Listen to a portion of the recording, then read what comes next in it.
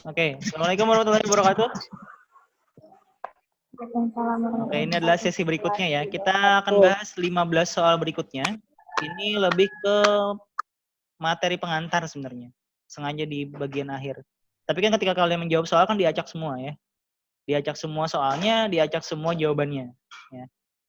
Oke, kita masuk ke pertanyaan nomor 56. Ya. Berikut ini ya, hakikat dari model pembelajaran. Hakikat dari model pembelajaran. Jadi kan kemarin mungkin di pertemuan pertama ya kalau nggak salah, pertemuan kedua itu sudah dijelaskan model itu apa, strategi apa, pendekatan apa, kemudian metode apa, teknik apa, taktik apa, gitu ya. Nah,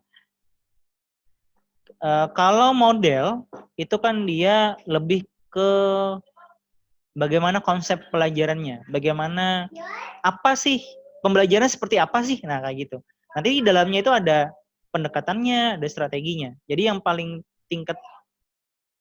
awal dilakukan itu adalah modelnya. Jadi semua yang di dalam model yang ibaratnya gini, kalau kita mau bikin rumah, model itu ada sketsanya, sketsa. Ya. Karena itu biasanya di dalam pembelajaran, di dalam proses pembelajaran, model pembelajaran itu adalah sketsa pembelajarannya, gitu ya. Nah kemudian ini kalian sudah tahu apa jawabannya ya. Jadi sketsa pembelajarannya itu adalah modelnya. Oke, berikutnya ini ada berapa soal nih? Soal 56 itu ada 7 orang yang benar. Oke, kita lanjutkan. Sama ya, ini dari 6 soal berikutnya itu. Jadi kalau ibaratnya rumah, model itu adalah sketsanya, sketsa rumahnya, maka di pembelajaran strategi. Nah, strateginya, tahapannya dulu ya. Pendekatan itu adalah cara membuat sketsa itu seperti apa. Saya jelaskan aja supaya langsung ya. Jadi ada model, tahapan berikutnya adalah pendekatan. Kalau pendekatan itu adalah bagaimana langkah awal yang digunakan untuk membuat pembelajaran, untuk melaksanakan pembelajaran, langkah awalnya. Itu pendekatan. Tapi kalau habis pendekatan itu ada strategi. Nah, kalau tadi misalkan pendekatan itu adalah langkah awal, misalkan ini sudah bikin sketsa rumah, misalkan ya, itu anggaplah itu adalah modelnya. Maka langkah berikutnya itu adalah membuat pendekatannya. Pendekatannya itu kalau belajar berarti ada yang student center kah atau teacher center kah? Mau menggunakan apa? Ya, seperti itu. Jadi kita langkah pertama untuk melaksanakan sketsa itu, kalau bangun rumah ya berarti kita bikin pondasinya dulu. Kita pondasinya apa? Mau pondasinya rumah panggung kah? Atau misalkan yang langsung tanah uruk misalkan. Contoh aja. Apa ya? Perumpamannya seperti itu. Nah, itu yang disebut sebagai pendekatan. Nah, setelah kita sudah memilih pendekatan, maka langkah selanjutnya itu adalah melaksanakan strateginya seperti apa.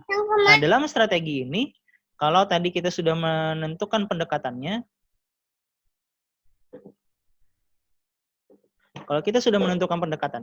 maka langkah berikutnya adalah menentukan strateginya. Strateginya mau pembelajaran apa? Pembelajaran langsung, tidak langsung, yang lain-lain misalkan.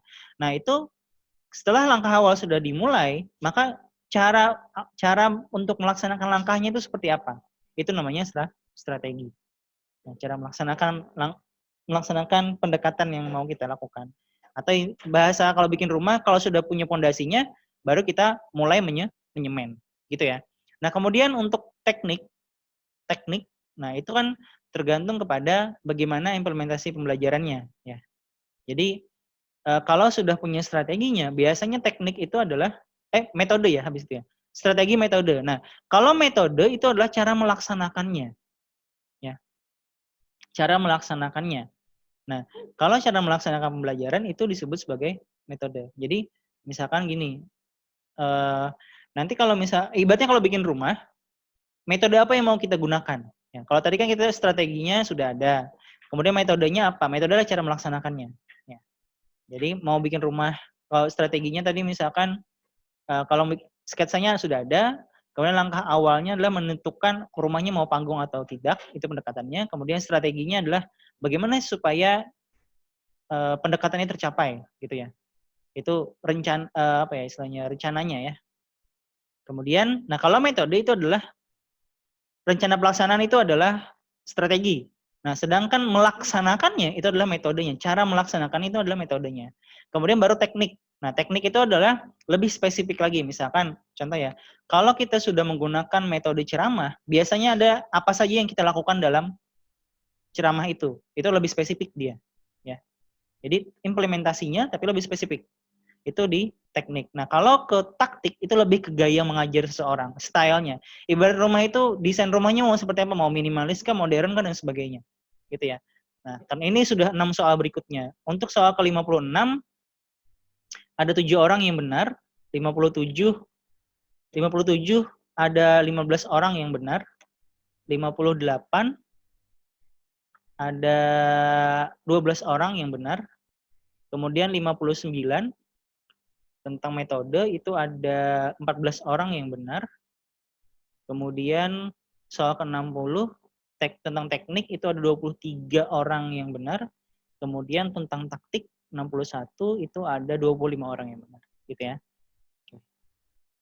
Soal ke-62 ya. Ini pendekatan setidaknya ada 2 ya, pendekatan konservatif dan liberal. Kalau liberal itu lebih memberikan kebebasan kepada siswa. Sedangkan konservatif itu adalah pembelajaran yang masih konservatif lah. Seperti bagaimana kalau bahasanya ada yang student center, ada teacher center. Kalau liberal itu ke student center, ke berpusat ke siswa. Tapi kalau konservatif berpusat kepada guru, gitu ya. Oke. Jadi kalau pendekatan liberal itu siswa dia terserah dia mau mengatur strategi belajarnya seperti apa. Yang penting dia mampu mengembangkan kemampuan belajarnya sendiri, keterampilan belajarnya sendiri dan sebagainya. Sedangkan pendekatan konservatif itu semuanya diatur oleh guru. Jadi ibaratnya kalau wadah kosong, gelas, nah si guru itu menuangkan ilmu pengetahuan ke gelas itu. Jadi langsung ditransfer oleh gurunya kepada siswa. Jadi siswa itu hanya menerima saja, gitu ya. Itu antara liberal dan konservatif. Untuk 62 tentang liberal hanya 8 orang yang benar.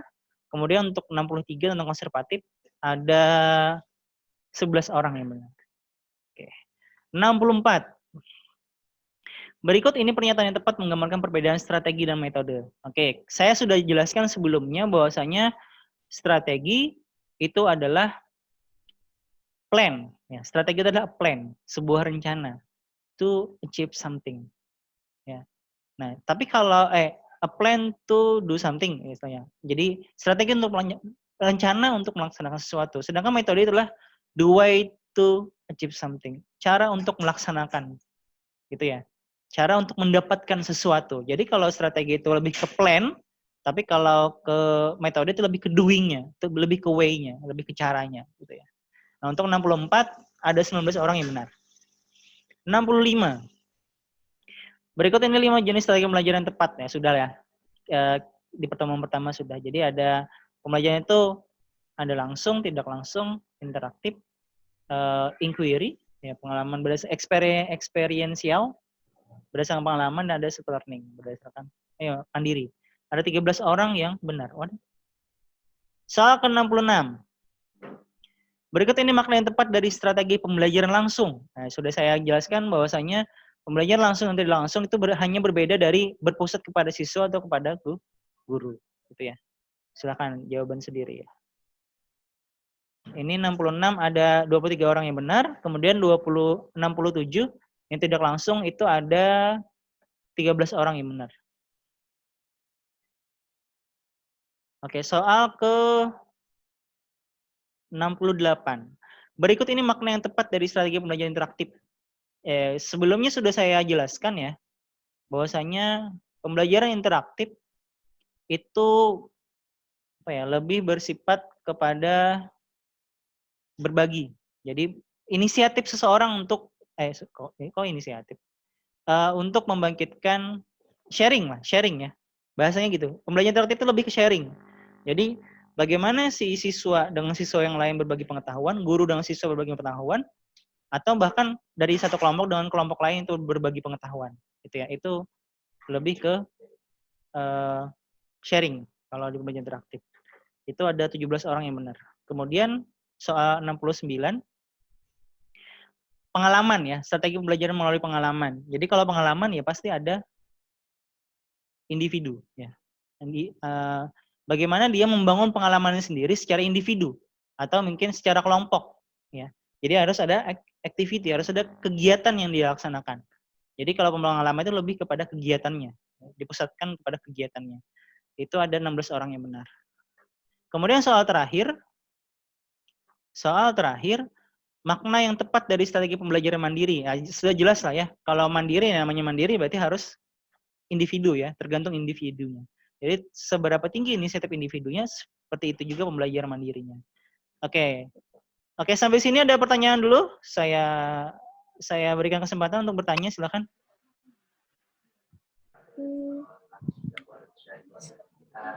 Oke. Ada pertanyaan? Ya ada Pak.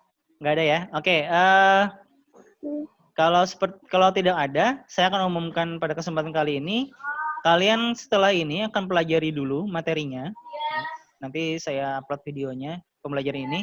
Silakan kalian pelajari dulu materinya dengan pembahasan ini. Ya. Nanti setelah itu kita akan atur untuk retake quiz, mengambil quiz lagi yang ini ya. Tapi nanti mungkin dibatasi 10 atau 20 atau 15 orang sekali ujian. Berarti pakai beberapa sesi dong, Pak?